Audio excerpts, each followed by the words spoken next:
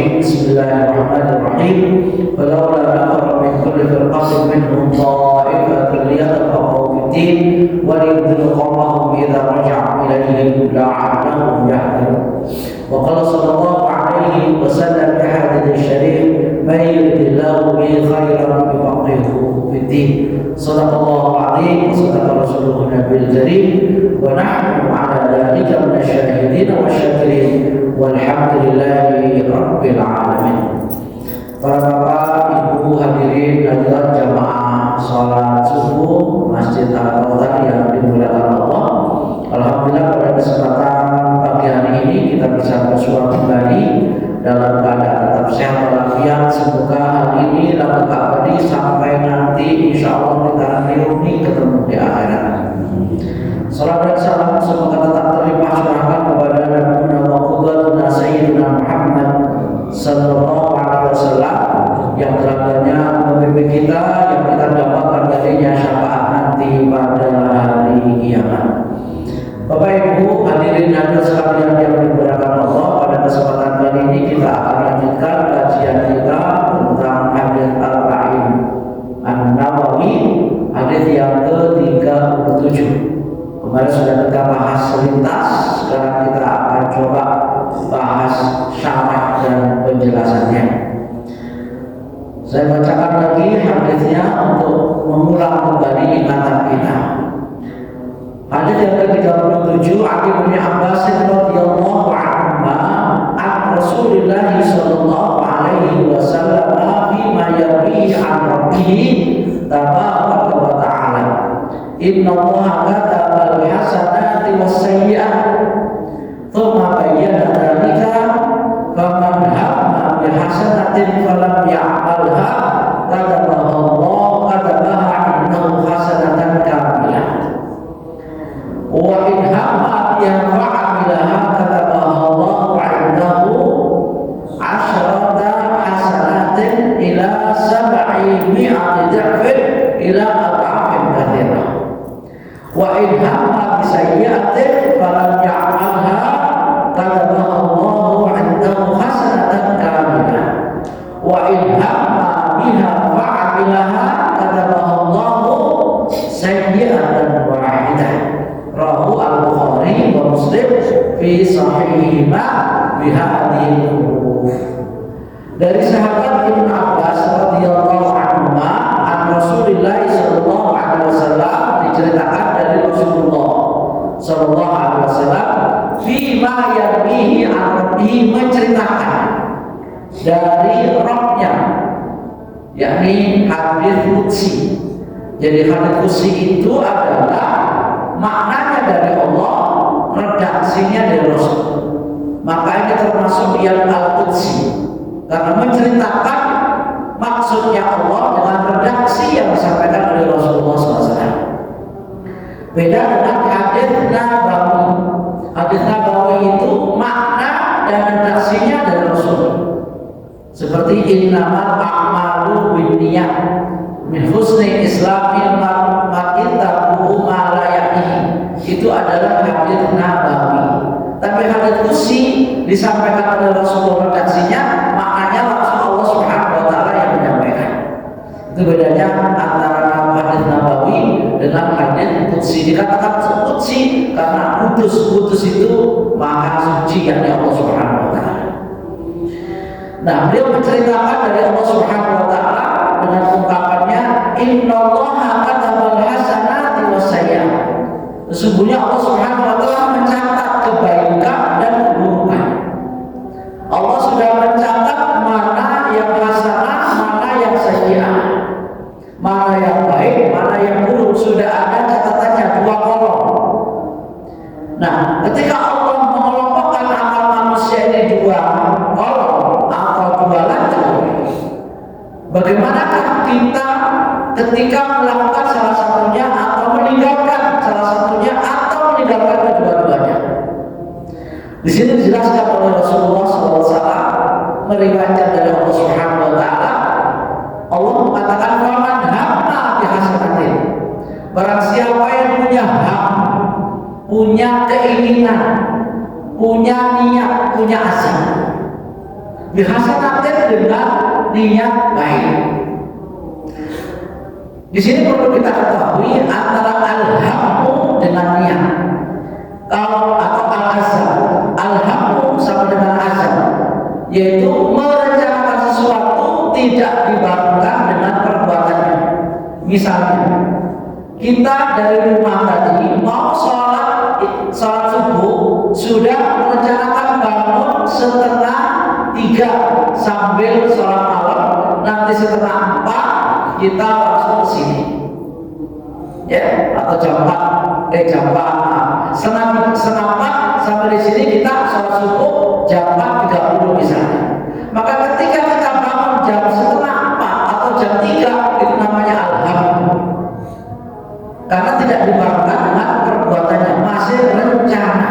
Berangkatnya kapan? Nanti kalau sudah setengah atau jam 4.30. Niatnya sejak kapan atau rencana sejak kapan? Setengah 4. Jadi perbuatan yang tidak dibarengkan dengan atau niatnya atau maksud yang tidak dibarengkan dengan perbuatannya itu namanya azam atau alham. Tapi kalau dibarengkan dengan perbuatannya namanya niat. Maka niat itu wajib dalam sholat, niat itu wajib dalam wudu, dalam zakat, dalam apapun. Kapan niatnya? Niat itu adalah qasdu syai'in muqtarinan bi fi'lihi, bermaksud menjalankan sesuatu bareng dengan perbuatannya. Misalnya, ketika kita mau sholat, maka niatnya kapan? Kapan kita niat? Apakah sejak wudu atau sejak berangkat dari rumah? Niat itu harus dibarengkan dengan perbuatannya. Berarti kapan kita mulai sholat itu? Mulai kapan? Mulai takbir. Pada saat takbiratul ihram itulah kita niat Allah dalam hati kita niat sholat subuh 2 rakaat makmum karena Allah. Itulah namanya niat. Ketika kita melakukan sesuatu itu disebut niat. Wudu, pada saat itu kapan mulai wudu itu? Kapan mulai wudu? Saat cuci muka, karena ini bagian yang pertama yang harus kita basuh. Maka saat cuci muka itulah kita niat dalam hati. Kalau lagi berkumur-kumur kemudian cuci tangan, itu belum niat, baru azam atau ham. Niat itu saat kita melakukan perbuatan yang pertama. Kalau saat wudu adalah saat membasuh muka. Saat basuh muka itu kita niat dalam hati, saya niat untuk menghilangkan panas bersih karena Allah Ta'ala. Itulah niat. Kalau sebelumnya namanya azam, ya, atau alham. Tapi beda dengan puasa. Kalau puasa itu tidak bareng dengan saat puasanya. Kapan kita mulai puasa? Sejak kapan kita tak boleh makan minum? Kalau kita mau puasa sejak kapan? Kapan kita nggak boleh makan minum? Kalau habis sahur, terus kapan nggak boleh makan minum lagi? Sejak fajar. Mestinya niat saum itu sejak fajar terbit, karena sejak fajar itulah mulai puasa. Tapi khusus puasa itu malam hari walaupun tidak berbarengan dengan fajar. Itulah sebabnya mengapa Rasulullah SAW ya mengajarkan kepada kita hendaknya niatnya di malam hari, karena subuh kadang-kadang kita belum bangun lewat niatnya. Maka Rasul mengatakan malam yubaini siyam apalah siapa, barang siapa yang tidak menghilangkan, tidak memalamkan niatnya, maka tak sah puasanya. Ini termasuk azab, tapi dia harus niat. Karena kalau kita niat pas fajar, bisa jadi kita belum bangun. Mestinya pada saat fajar itulah kita niat puasa. Maka dimundurkan oleh Rasulullah, sebelum fajar sudah boleh niat. Zakat saat kita mengeluarkan, haji pada saat kita ada ihram mulai di miqat. Bukan sejak tasyakuran di sini, ya, bukan sejak banyak cicilan, tetapi itu namanya azam atau alham. Tapi kalau niat itu sudah masuk perbuatan. Makanya rukun sholat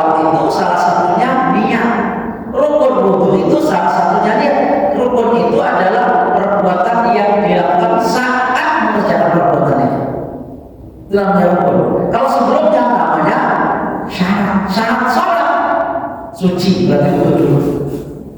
Syarat sholat adalah bentuk aurat, berarti sebelum sholat harus tutup auratnya dulu. Bukan saat sholat kemudian baru saatnya, gitu. Itu namanya kalau syarat sebelumnya kalau perempuan pada saat itulah namanya minyak. Nah, di sini yang disebut oleh Rasulullah SAW al-hamu adalah rencana, belum melakukan saat dia punya niat. Jadi barang siapa yang nanti malam saya akan nyolong duren, nah misalnya, berarti kan nanti malam bukan saat nyolong duren. Saat nyolong duren saya niat nyolong duren, pas malam petik itu namanya niat. Itu bedanya. Makanya Allah mengatakan fa'idza azamta fatawakkal Allah. Bila kamu punya azam, punya rencana sesuatu yang belum, ya, pada saat kamu belum melakukannya azam, kemudian kamu tawakal kepada Allah Subhanahu wa taala, udah melaksanakan apa yang menjadi azammu, lalu tawakal kepada Allah, kamu tak perlu mikirin hasil. Kita ini kewajibannya dalam usaha dan upaya. Kita nggak ditarget oleh Allah harus berhasil. Allah nggak menuntut kita harus sukses, tapi kita dituntut untuk usaha dan berupaya. Sukses, gagal, siapa menentukan? Allah. Maka kalau orang nggak sukses harus terima dan legowo, karena kita bukan penentu kesuksesan itu. Orang udah capek bekerja menjadi pekerja malam, pekerja gelap, berangkat gelap pulang gelap, subuh udah berangkat pulang udah malam, itu kan pekerja gelap, ya. Batin pulang sampai rumah marah-marah nggak ada makanan sampai batin miring capek, gitu kan? Itu namanya bekerja terus. Nah, ketika orang bekerja lalu kok nggak sampai pada yang dikehendaki, siapa yang menentukan? Allah Subhanahu wa taala. Yang penting kita kerja, berusaha, berikhtiar. Penentu akhir adalah Allah Subhanahu wa taala. Itulah namanya azam.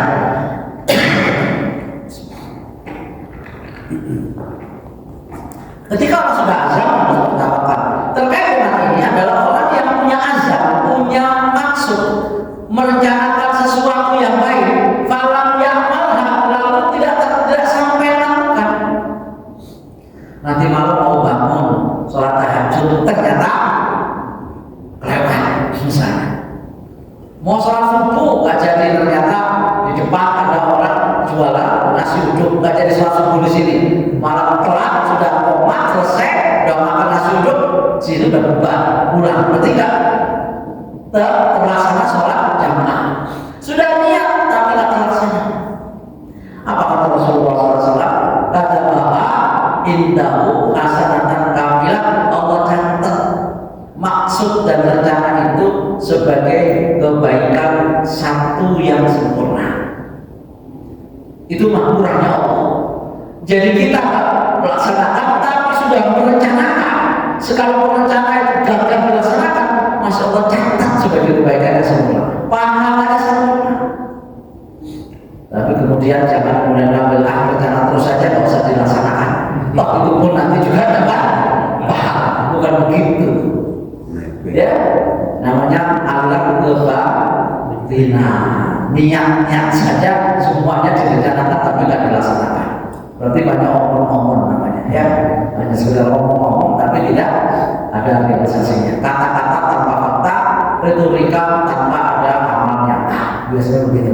Janji-janji tak pernah dipenuhi. Ya, begitu.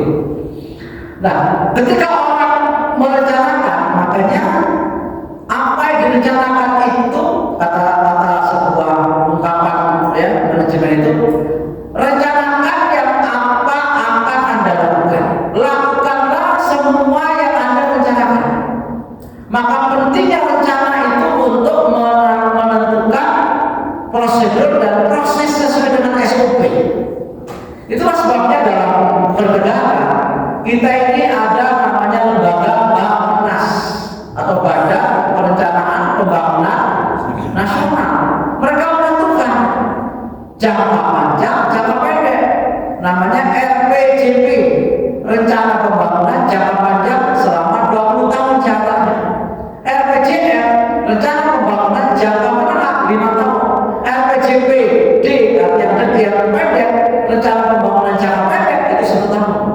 Jadi ada rencana 20 tahun, ada rencana 5 tahun, ada rencana 1 tahun. Kalau dulu zaman Soeharto ada namanya rencana pembangunan 5 tahun. Sekarang terserah presidennya. Mau 5 tahun, mau 10 tahun, itu tergantung dia. Atau 3 tahun berarti kalau rencana tidak habis. Maka visi-visi presiden. Kalau dulu ada siapapun presidennya ada pemerintahnya. Siapapun presidennya arah kemana? Ya, negara ini akan tercapai tujuannya ada GBHM. Garis besar, ampun terang. Kalau sekarang tergantung presiden mau ke kiri, mau ke kanan, mau ke atas kan? Ya, nggak ada GBHM. Nah ini negatif positifnya di situ. Nah itu semua direncanakan. Kalau kita kaitkan dengan Rasulullah SAW dalam hijrah dengan Muharram ini, rencana Rasulullah SAW hijrah itu sejak bulan Muharram. Walaupun pelaksanaan hijrah ke Madinah itu tanggal 26 Safar. Ya, kemudian Rasulullah SAW menuju Gua Thur tanggal 28 Safar. Dari situ Rasulullah SAW 3 hari di Gua Thur, berangkat tanggal 1 Rabiul Awal sampai di Kubah, kemudian membangun masjid tanggal 8 Rabiul Awal. Kemudian Rasulullah langsung ke Yathrib atau Madinah tepat tanggal 12 Rabiul Awal. Masjid Kubah pindah ke Masjid Nabawi tanggal 22 Rabiul Awal. Itu semua sudah direncanakan oleh Rasulullah sejak bulan Muharram. Walaupun pelaksanaannya Rabiul Awal atau Safar. Berarti Rasulullah SAW sudah memulai hijrah itu. Maka Rasulullah merencanakan waktunya, merencanakan keluar bersama siapa, merencanakan rutenya, ya, petanya kemana saja. Yang ketiga, Rasulullah merencanakan siapa yang akan menunjukkan jalan menuju ke sana. Semua direncanakan oleh Rasulullah SAW. Maka saat itu ketika Rasulullah keluar dari kota Mekah, merencanakan bareng dengan Abu Bakar, bukan dengan Umar. Walaupun Umar sudah duluan dengan terang-terangan mengatakan siapa yang ingin anaknya jadi yatim, istrinya jadi janda, silakan tunggu saya di balik bukit. Gak ada satupun orang yang nongol mata hidupnya karena tahu kalau nongol pasti hilang. Anaknya yatim, istrinya randa, jadi janda. Gak ada yang berani. Seandainya Rasulullah mau nguntit dan ngintil aja dibawa di belakang rumah, selesai di karena aman. Tapi Rasulullah tidak mau. Tidak mau melakukan itu. Khawatir nanti ada orang mengatakan bahwa Muhammad tergantung kepada manusia, kepada umat. Ini dihindari oleh Rasulullah. Makanya rencana Rasulullah hijrah itu dengan bersama Abu Bakar yang tidak seberani dan segagah dan seterang-terang daripada Umar. Maka Rasulullah ngajak Abu Bakar, dan Abu Bakar ternyata sudah menyiapkan 2 kendaraan PKK Alphard kalau zaman sekarang. Onta terbaik dan termahal, harganya 800 dinar. Rasulullah SAW diberi gratis oleh Abu Bakar, kata Rasulullah menolak, saya nggak mau gratisan. Jadi rencana Rasul berarti sudah punya tabungan mau hijrah, bukan cari gratisan sumbangan, ajukan proposal kemana-mana untuk cari kendaraan. Enggak, mau mencari mobil dinas, beli sendiri, bukan minta-minta atau ajukan proposal. Beli namanya dibelilah onta itu dari Abu Bakar seharga 400 dinar, separuh harga, diskon karena teman sendiri. Atau karena domba tahu kalau sekarang ada PRJ, karena ada HUT Jakarta. Rasul dikasih diskon 50%. Dibelilah onta itu namanya Osman, dan itu yang dikendarai oleh Rasulullah sampai bertahun-tahun, sampai 11 tahun bersama Rasulullah SAW. Onta itu perang kemana, pergi kemana, itu kendaraan pribadi dan mobil dinasnya Rasulullah SAW. Mungkin orang bertanya, kenapa Rasul nggak pakai buruk? Ya nggak? Kenapa nggak pakai buruk? Kalau pakai buruk kira-kira cepat apa enggak? Selamat apa enggak? Selamat, nggak usah dikejar-kejar. Seperti Rasulullah saat Isra Mi'raj langsung buruk tuh, sampai langit 7 itu sudah sampai separuh. Kalau cuma Mekah Madinah 450 km, kalau pakai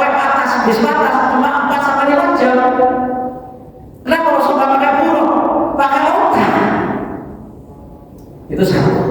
Yang kedua, rencana Rasulullah SAW kenapa transit? Kenapa nggak langsung aja? Dan yang ketiga, kenapa Rasulullah SAW mencari jalan yang tidak biasa, tapi mencari jalan tikus? Dan kenapa Rasulullah menyewa orang sebagai guide? Ini semua rencana azab.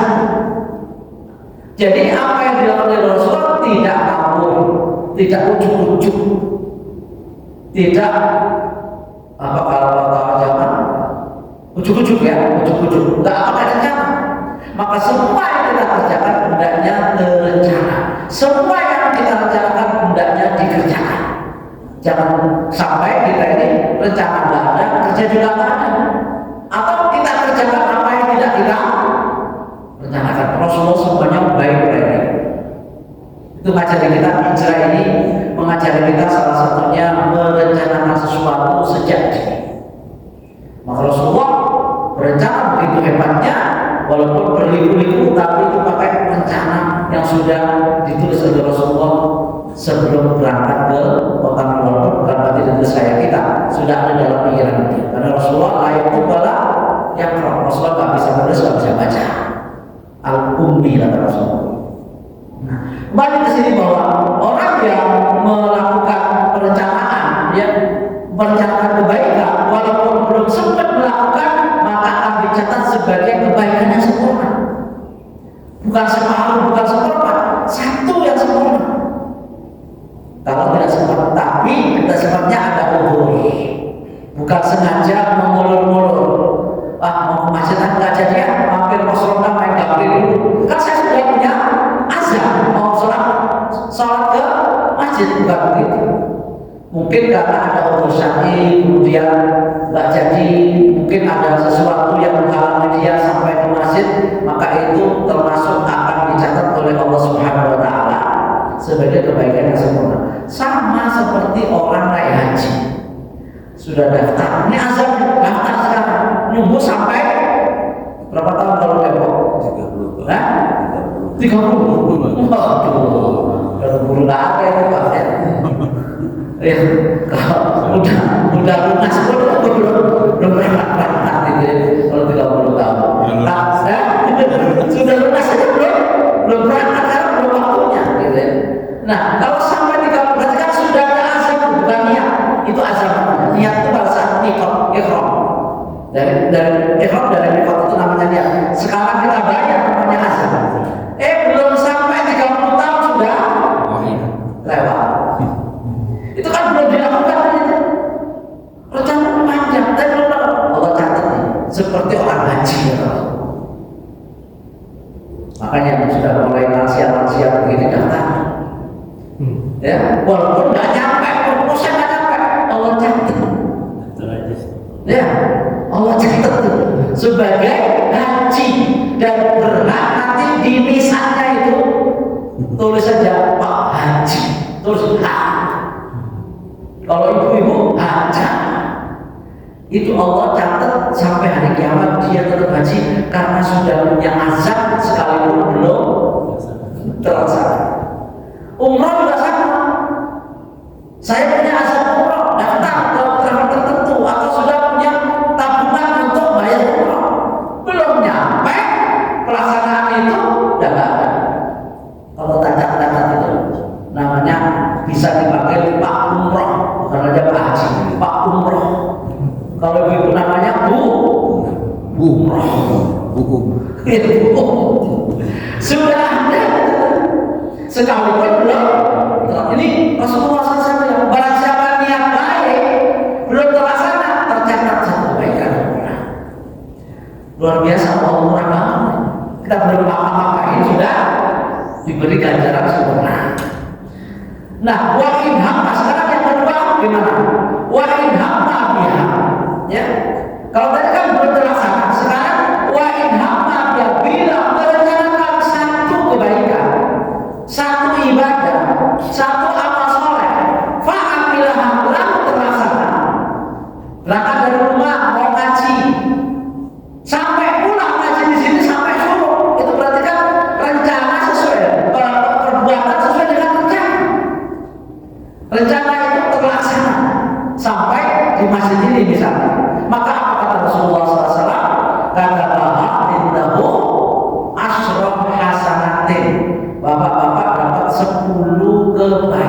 10 ganjaran. Yang tadi pulang nggak jadi kesini itu baru 1. Ya, karena mulus perutnya mau sampai masjid, mulus perut lagi pulang. Ya, karena semalam makan durian kebanyakan. Pulang nggak jadi sholat subuh, tapi sudah catat 1. Bapak-bapak yang sampai sini nanti sampai sarapan sholat subuh dapatnya 10. Bahkan kata Rasulullah ila sapi mi'ati dhifrin, sampai 700 kali lipat. Bahkan kata Rasulullah ila al-afir kathirun, tanpa batas. Itu murah Allah. Bermaksud melakukan sesuatu kebaikan lalu dilaksanakan, ganjarannya 10, 70, 700 sampai tanpa batas, tergantung Allah Subhanahu wa taala mau ngasih berapa. Berarti obral banget Allah kepada kita, murah banget sama kita Allah. Kita yang pelit sama Allah, niat aja kagak, atau azab aja kagak, gitu kan? Padahal azab kalau nggak jadi dapat pahala. Kita maksud rencana saja kan? Nah, kadang-kadang kita yang berbilang Allah itu sangat murah sama kita, memberikan hadiah, kita yang pelit berkorban Allah. Ya enggak, kita berkorban sama Allah. Sholat nih nggak banyak sholat kita. Sholat subuh tadi berapa menit? Lebih lama. Orang satu ronde tinju itu berapa menit? 3 menit. Tebak itu bertahan. Nah kita Allah Akbar, bikin nyawa aja bergoyang-goyang. 3 menit nggak ada kita sholat itu. Tapi kita tetap menyiapkan waktu, cuma kata-kata rata-rata 2 menit, 5 kali sholat, 5 kali waktu, atau katakan 3 menit kali 5 sama dengan 15 menit. 24 jam itu dikurangi 15 menit, kira-kira sisanya berapa?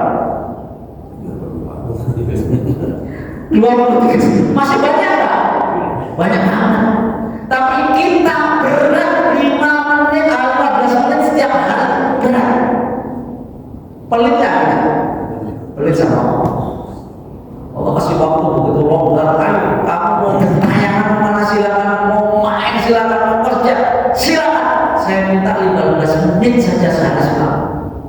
Itu saja kita kasih tambah. Kadang-kadang tidak sampai 3 menit kita sholat nyap kayak masih minta diskon, gitu kan? Langsung lancing, salam lancing. Wirid saja kan, doa saja kan? Masih pelit kita sama Allah, berapa kasih waktu. Harta juga sama. Kita ini punya harta yang diminta oleh Allah setahun sekali, setahun sekali. Itu pun Allah minta cuma 2,5% dari nisab 85 gram. Kalau sekarang harganya 2 juta, berarti sekitar 16 sampai 18 juta. Iya. Berapa kalau lebih ya? 186. Ya 166 juta 1 tahun. Kalau gajinya misalnya 10 juta per bulan, sudah nyampe belum? Enggak. Belum nyampe. Kalau harganya sekarang 2 juta atau 3 juta. Katakan gajinya berapa? 20 per bulan. Nyampe nggak? Nyampe. Kalau nggak dipakai. Nggak apa-apa dipakai, tapi yang penting yang dikeluarkan itu bruto, bukan neto. Yang dikeluarkan adalah bruto. Diminta oleh berapa persen? 2,5%. Katakan 200 juta dalam setahun. Kita dapat 200 juta setahun. Diambil 2,5%-nya berapa? Dari 200 juta. 5 juta. Kecil atau besar? Dari 200 juta itu 5 juta. Kewajil. Yang berapa? 195 juta kita makan, kita gunakan, kita apa saja. Kenyang nggak ya?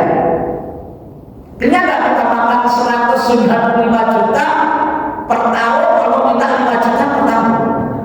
Kenyang belum? Kenyang banget. 5 ribu.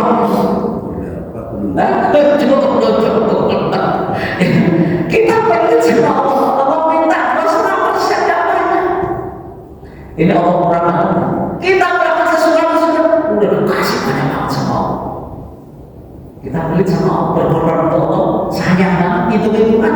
Bahkan sudah belum diberikan 5 juta masih diingat-ingat, besar juga itu 5 juta, masih di angan-angan, nggak bisa tidur gara-gara zakat 5 juta. Udah kecil masih di, bahkan kalau dikasih orang diungkit-ungkit, kamu udah dikasih zakat gini, nggak mau diminta tolong, awas nanti zakat nggak akan saya kasih Tuhan. Udah ngomel-ngomel, udah nggak ikhlas. Itu hak orang lain, bukan hak kita. Itu milik orang lain, itu bukan milik kita. Kalau tidak kita akan dikeluarkan paksa oleh Allah melalui berbagai macam pintu. Nah, kadang-kadang kita mungkin sama Allah, ya, puasa Ramadan kita cukup diminta oleh Allah tidak makan, tidak minum 1 tahun hanya 30 hari.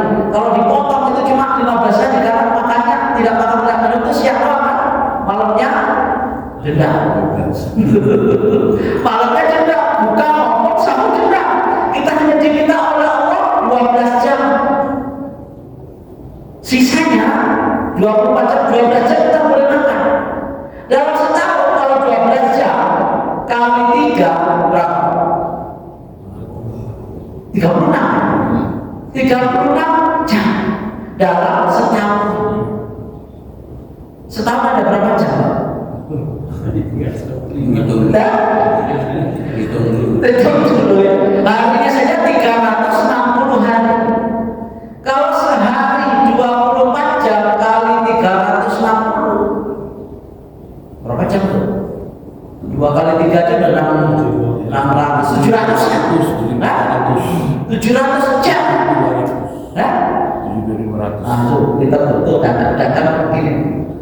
Ya, pak tulang kayak gini yang 720 ya, 700. Nah, kita punya waktu yang begitu banyak. Kita makan tuh, makan 700 jam lebih. Allah minta kita nggak makan cuma berapa tadi? 36 jam. Dari 720 sekian jam kita nggak boleh makan cuma berapa? 36 jam. Itu pun banyak yang bolong, buka gendang tutup gendang. Awal Ramadan yang bolong mau lebaran baru puasa agar nanti pantas menerima zakat fitrah. Atau agar pantas nanti ikut takbiran dan sholat Idul Fitri biar kelihatan bahwa terawihnya tertutup, gitu ya. Kita masih apa-apa itu sama Allah. Di kita apa banyak kita beribadah sama Allah. Di kita apa banyak? Di kita apa banyak? Dikit uang, dikit waktu yang diminta oleh Allah juga dikit. Tapi Allah ngasih banyak yang berlimpah tanpa batas. Kita ini makin sama Allah. Allah yang murah sama kita. Makanya kita akan diberi kaya-kaya karena pelitnya itu sama Allah. Ya, kalau kita murah sama Allah kasih murah. Kenapa kita pelit? Kita sebenarnya ya mau dikasih murah sama Allah, tapi kita yang pelit sama Allah. Sehingga Allah juga kasih tidak keberkahan dalam kehidupan kita. Ini kata Rasulullah SAW, sekali dia berbuat baik 10 sampai 700 sampai tanpa batas. Maka kalau punya rencana jangan dibatasi, rencana baik. Ya, kalau punya azab kebaikan jangan sekali-kali dibatalkan. Karena kalau lewat belum tentu momentum berikutnya ada. Kayak kemarin nih, puasa Muharram. Ada yang lewat kan? Tanggal 10 Muharram. Ada yang lewat kan? Bisa jadi kita lewat. Kemarin lupa gitu. Hari Kamis tadi ya. Muharram lupa. Kalau sudah punya rencana, tapi kelupaan ternyata yang sudah punya rencana lalu dilaksanakan di bulan Muharram. Oh, pahalanya melimpah. Apalagi di bulan Muharram pahalanya lebih besar. Itu padahal baru puasa sunnah 10 Muharram yang kata Rasulullah ahtasibu 'alallahi ayyukaffira as-sanata allati qablahu. Bisa menghilangkan dosa-dosa kecil setahun yang lalu. Maka kalau punya rencana baik, kalau memang tidak kepepet banget jangan batalin. Kalau mau sudah niat puasa, jangan takut. Saya mau niat puasa Kamis ya saya batalin. Kalau saya lapar, merasa haus, ya saya batalin. Itu niatnya sudah batal sejak dia niat begitu. Karena niatnya nggak mantap, gitu ya. Sama dengan orang sholat, Allah, saya niat sholat ini kalau hujan jemuran saya ini kehujanan, saya akan lari menuju jemuran. Sejak dia niat itu udah batal itu. Karena nggak mantap, nggak yakin. Niat terus yakin dan mantap.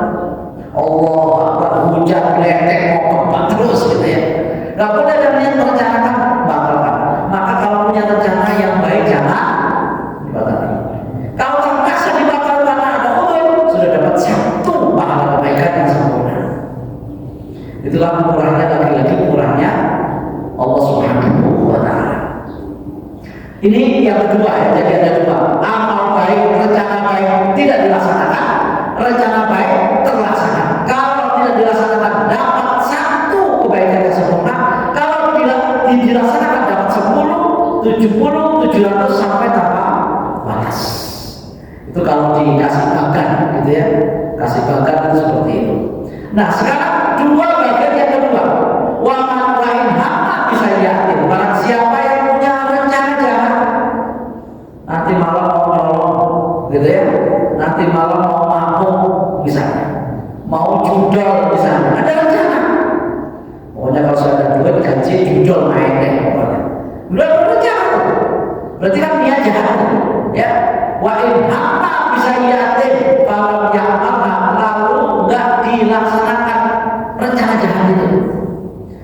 Apa konsekuensinya? Apa yang diberikan oleh Allah? Kalau dia tidak melaksanakannya karena takut Allah, bukan karena takut manusia, maka kata bahwa kata Rasulullah di sini, indahu hasanatan kamilah, diberi satu pahala yang sempurna. Merencanakan kejahatan lalu sadar dan melakukan jahat itu ada kasih pahala. Sama dengan orang membatalkan kebaikan, membatalkan kejahatan karena Allah dapat pahala. Ya, satu yang sempurna. Nah, sekarang bagaimana kalau rencana jahat terlaksana? Kalau tadi kan rencana jahat dan terlaksana dapat pahala satu yang sempurna.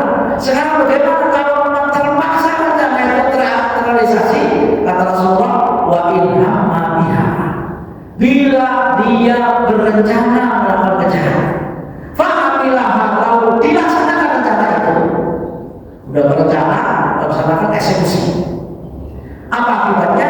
Kata Rasulullah, kata bahwa sayyi'atan wahidah, Allah catat kejahatan itu dengan satu dosa saja. Nggak ada 4 ganda. Bandingkan saat kita punya rencana baik lalu terlaksana, maka Allah kasih berapa? Tanpa batas, 10, 70, 700 sampai tanpa batas. Ketika kita berbuat jahat sesuai dengan rencana, Allah kasih satu dosa. Murah banget. Murah banget. Kalau ini terjadi berarti pahala kita lebih banyak daripada dosa.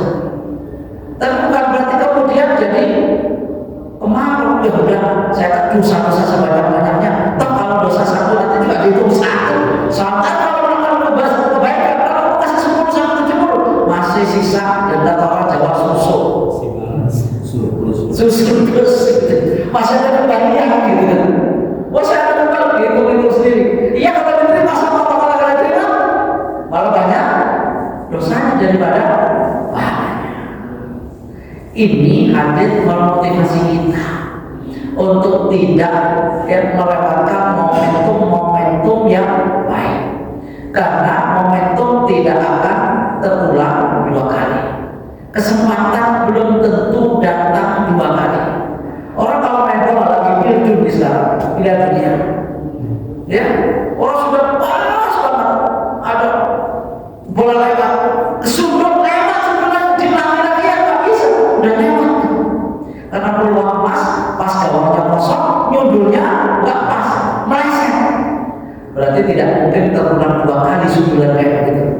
Atau tendangan penalti, itu kan pasti masuk tuh 12 kaki 12 meter itu. Tapi ternyata gagal, belum tentu ada tendangan penalti 2 kali.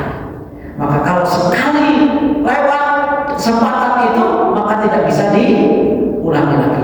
Maka ambillah kesempatan yang ada, jangan menunda-nunda lagi peluang yang ada. Peluang emas itu nggak datang dua kali. Maka kita harus manfaatkan kebaikan dengan sebaik-baiknya dan kita hindari kejahatan dengan sejauh-jauhnya. Walaupun dosa kalau terlaksana sesuai dengan rencana, dosanya cuma satu. Kalau kebaikan, dosanya besar berlipat-lipat. Apalagi di bulan Muharram. Bulan Muharram ini Bapak Ibu adalah bagian dari 4 bulan yang dimuliakan oleh Allah, seperti yang Allah katakan di dalam surat At-Taubah.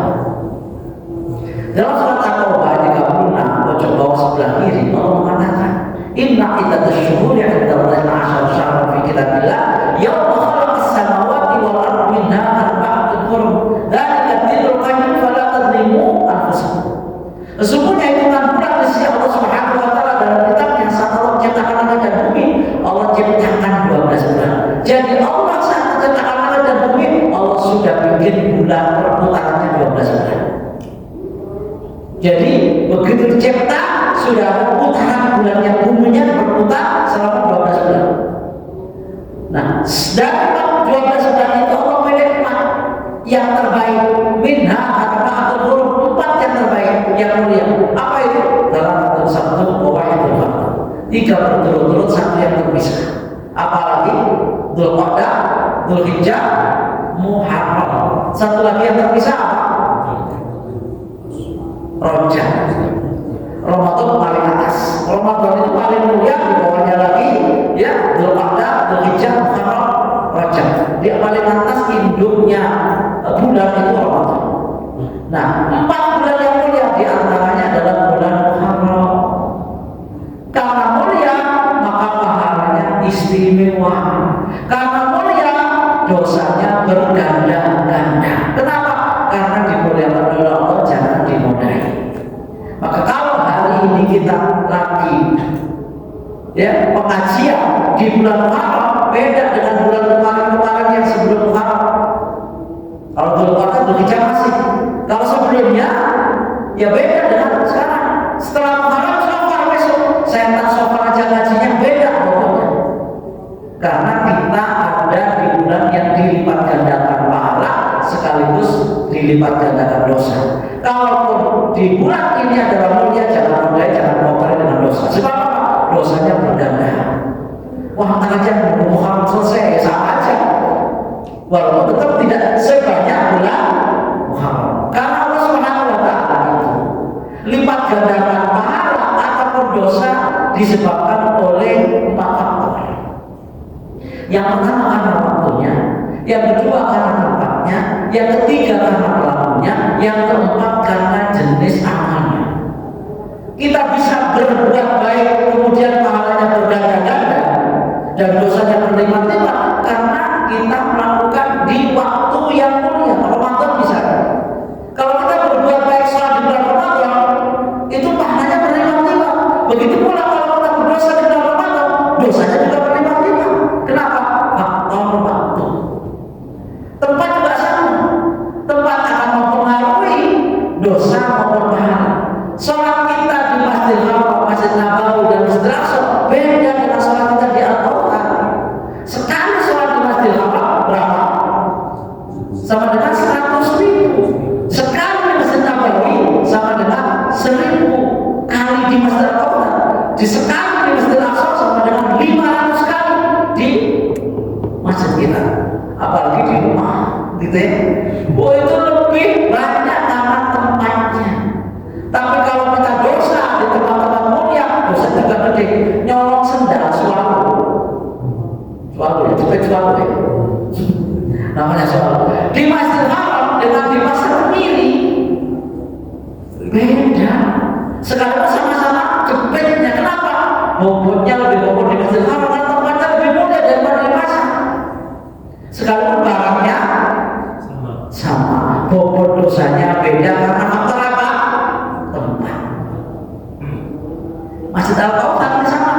Kalau ada orang nyolong sendal di Masjid Al-Kautsar setelah Jumatan karena mengamalkan ambil yang baik tinggalkan yang jelek, katanya itu sendal. Lu katanya ambil yang baik tinggalkan jelek dia ditinggal. Karena itu di masjid dosanya lebih gede karena ini adalah tempat suci. Kalau ada tukang misalnya di terminal sama-sama tukar sedang, itu beda bobot dosanya. Jadi kalau mau maling itu di tempat lain. Jangan di masjid, walaupun tetap nggak boleh, gitu ya. Ya, jangan nggak boleh juga, gitu ya. Tapi kalau maling cerdas, pilih-pilih tuh. Dosanya lebih banyak mana? Walaupun dapatnya tetap sama, tapi dosanya lebih gede. Yang kota infak di masjid 100.000 di kota infak sini. Beda dengan di kota toilet terminal. Sama-sama 100.000, dapatnya sama. Kalau ketahuan digebukin nggak sama, tapi dosanya lebih gede kalau kota infak masjid. Lebih mantap. Lebih kalau mau malingnya nggak tahu di sini. Kalau mau, cuma dia kan nggak tahu. Makanya kalau kota infak itu karena tempat.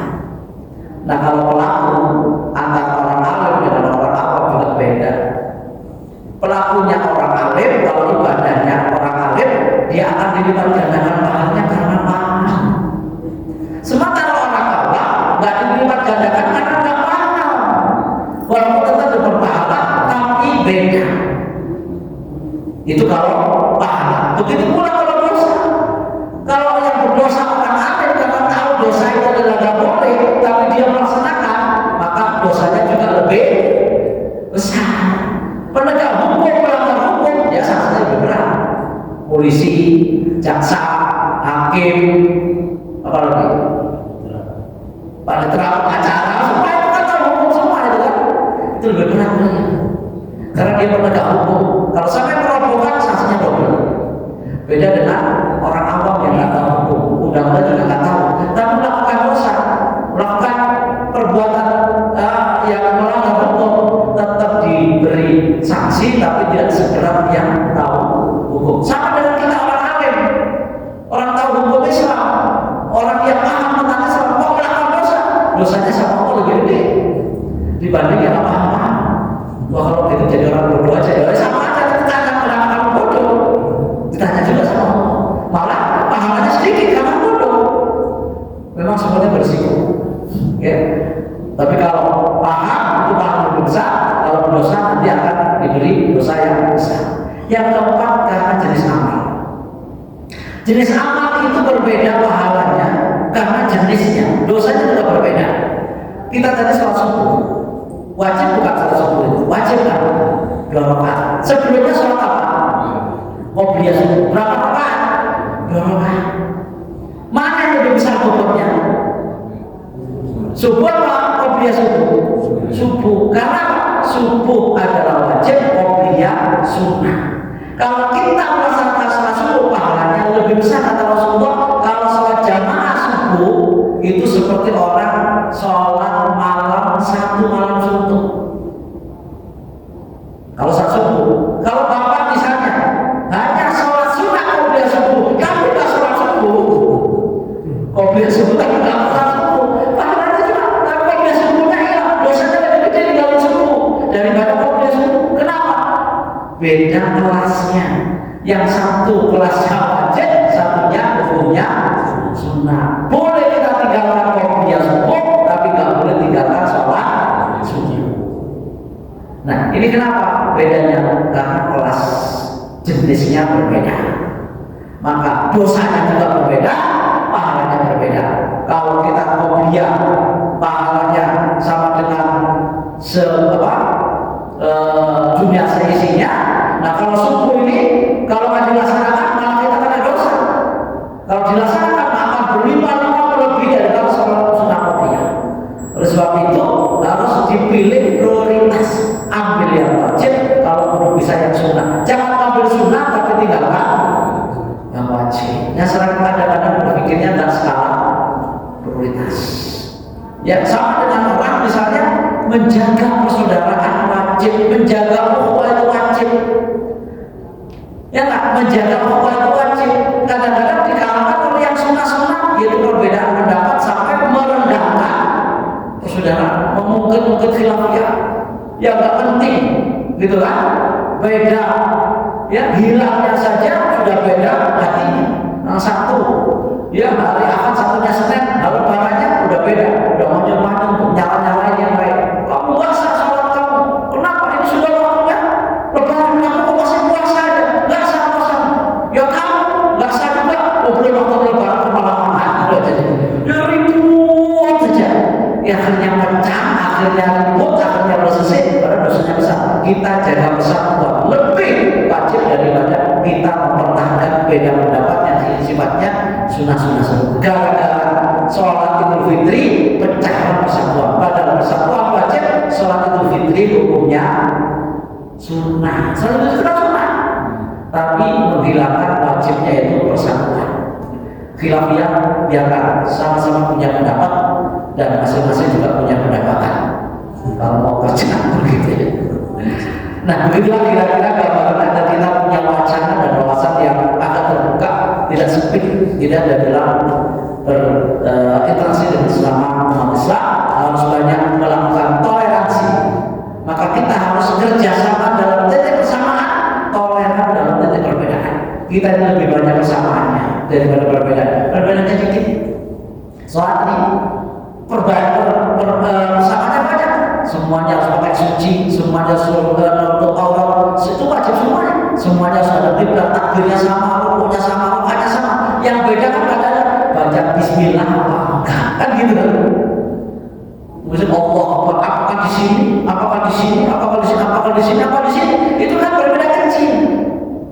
Tahiyat apakah gini begini atau gini terus, itu kan berbeda kecil. Tapi kiblat sama, bacaannya sama, rokaatnya sama, rukuknya sama.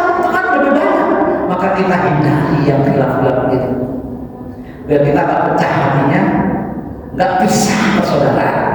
Maka toleran dalam hal yang penting kita jaga. Peran yang lebih penting yaitu persaudaraan sesama, khusus jika masjidnya akur. Wah, saya mau sholat sini bid'ah, kenapa? Kunut diam-diam. Kunut bid'ah kenapa? Kita bikin sendiri di situ masjid tanpa kunut. Berarti ada masjid non kunut, ada masjid pro kunut. Nah, itu kan jadi repot. Kita toleran kunut itu mau silakan, boleh nggak apa-apa. Jadi ini karena apa? Kurang piknik kata orang, kurang banyak belajar. Orang itu kalau yang punya dikit sok tahu. Kalau sudah banyak dia merasa bodoh. Ya, kalau orang banyak yang itu merasa bodoh karena kurang.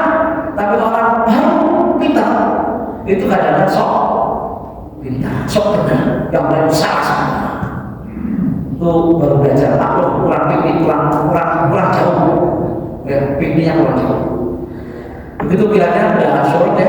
Kita sampai di sini, mudah-mudahan ada manfaatnya. Sebelum ditutup, barangkali ada yang mau ditanyakan, kita silakan.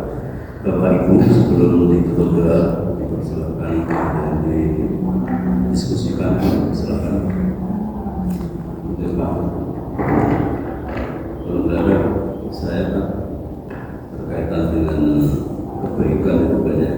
Ada kawan itu pekerjaannya kata fasil yang melakukan makruh gitu. Tapi lihat bernasihat pada anaknya, nah kalau jadi copet lihat bapak aja apa Jangan apa itu biar bapak yang jalan dana saya ini apakah termasuk niat tidak niat baik tapi penting ya. Begini. Niat baik tapi dia sendiri pelaku kejahatan. Nasihatnya baik. Oke, nasihatnya baik tetap baik nasihatnya. Daripada kamu jadi copet ya seperti saya, malah tak baik kan?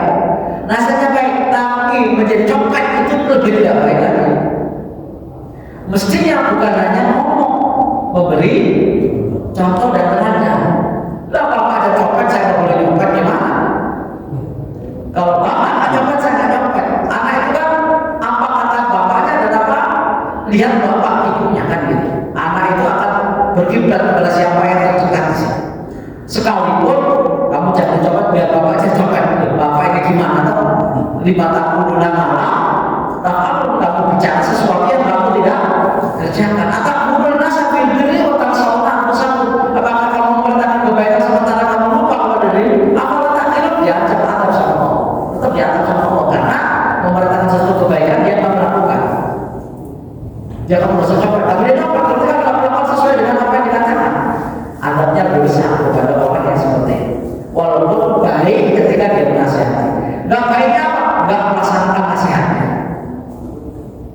namanya omduk, omon-omon. Ya, omon doang gitu. Begitu Pak. Tapi pas juga dosennya belum bisa apa aja kan. Ya. Begitu. Ada lagi? Ada apa lain? Kalau nggak ini berkosan juga. Ya. Tapi mari kita akhiri dengan doa, mudah-mudahan kita diberkahi oleh Allah Subhanahu wa taala dan istiqomah di jalan yang benar.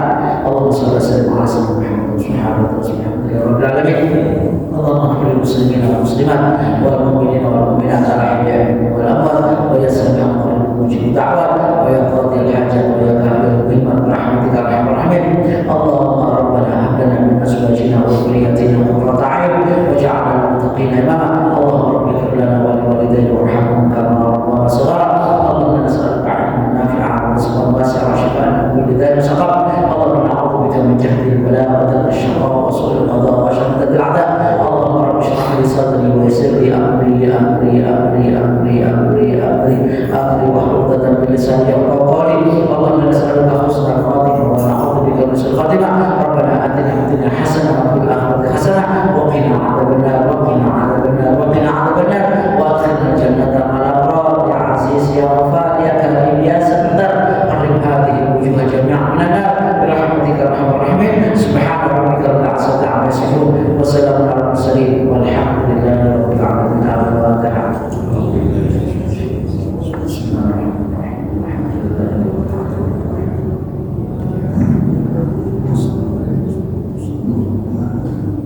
Assalamualaikum warahmatullahi wabarakatuh. Waalaikumsalam.